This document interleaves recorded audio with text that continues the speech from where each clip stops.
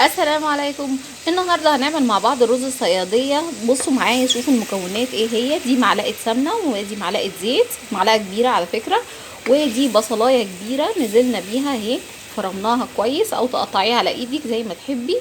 ودي هنحمرها كويس قوي. هننزل بمعلقه كركم ومعلقه ملح، معلقه صغيره. وهننزل كمان بمرقه دجاج. لو عندك بهارات سمك حطي بدل مرقه الدجاج زي ما تحبي. ونقلب كويس قوي لحد ما تحمر معانا البصله كويس قوي. ادي اهي البصله احمرت معايا، شايفين اللي هو لازم شويه تحمر. وبعدين محضرين طماطمايه اهي ومقطعينها صغير، هنطش بيها البصله كده ونقلبها كويس قوي.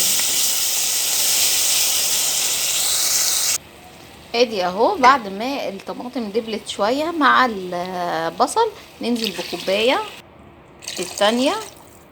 وادي نص كوبايه، كوبايه، دول كوبايتين ونص ميه.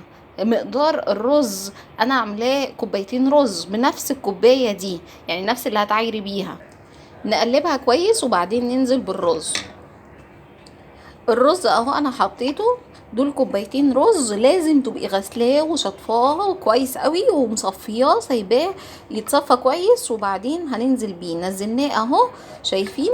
نقلبه بقى كويس وبعدين نعلي عليه النار لحد ما يتشرب. ادي اهو بدأ يتشرب. طالما بدأ يتشرب بالشكل ده نوطي عليه ونقلبه. ادي اهو قلبناه، نوطي عليه ونسيبه بقى يتشرب براحته خالص.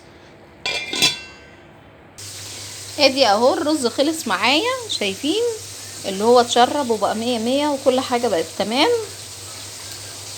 اللي هو بقى حلو جدا.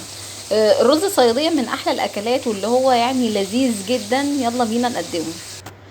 ادي الرز اهو بعد ما قدمناه، شايفينه يعني حاجة تفتح النفس، بيبقى جنب السمك حاجة لذيذة جدا. اشوفكم على خير في فيديو جديد، والسلام عليكم ورحمة الله.